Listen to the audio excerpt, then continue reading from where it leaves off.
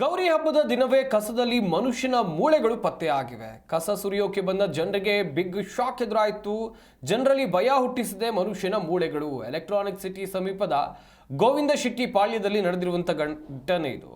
ಗಣೇಶ ದೇವಸ್ಥಾನದ ಹತ್ತಿರ ಮನುಷ್ಯನ ಮೂಳೆಗಳು ಪತ್ತೆಯಾಗಿದೆ. ತಲೆಬುರುಡೆ, ಕೈಕಾಲಿನ ಮೂಳೆಗಳು ಇರುವಂಥದ್ದು ನೋಡ್ತಾ ಇರ್ಬೋದು ನೀವು ಕೂಡ. ಮನುಷ್ಯನ ಅಸ್ಥಿ ಕಂಡು ಶಾಕ್ ಆಗಿದ್ದಾರೆ ಜನರು. ಗೌರಿ ಹಬ್ಬದ ದಿನವೇ ಕಸದಲ್ಲಿ ಮನುಷ್ಯನ ಮೂಳೆ ಪತ್ತೆಯಾಗಿದೆ. ಕಸ ಸುರಿಯೋಕೆ ಬಂದಂಥ ಜನರಿಗೆ ಬಿಗ್ ಶಾಕ್ ಎದುರಾಗಿರುವಂಥದ್ದು. ಜನರಲ್ಲಿ ಭಯ ಹುಟ್ಟಿಸಿದೆ ಈ ಮನುಷ್ಯನ ಮೂಳೆಗಳು ಯಾರದ್ದಿರಬಹುದು ಅಂತ.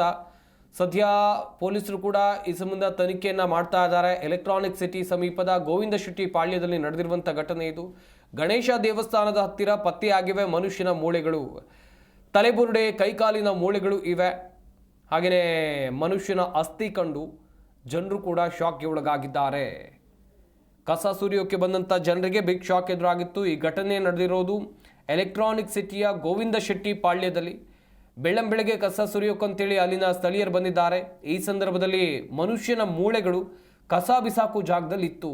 ಇದನ್ನ ಇಲ್ಲಿಗೆ ತಂದು ಹಾಕಿದವ್ರು ಯಾರು? ಯಾರ ಮೂಳೆ, ಯಾರ ಅಸ್ಥಿ ಪಂಜರ ಇದು ಸದ್ಯಕ್ಕಿರುವಂಥ ಪ್ರಶ್ನೆ. ಮೇಲ್ನೋಟಕ್ಕೆ ಸರಿಯಾಗಿ ಗೊತ್ತಾಗುತ್ತೆ ಇದು ಮನುಷ್ಯನ ಮೂಳೆಗಳು ಅಂತ.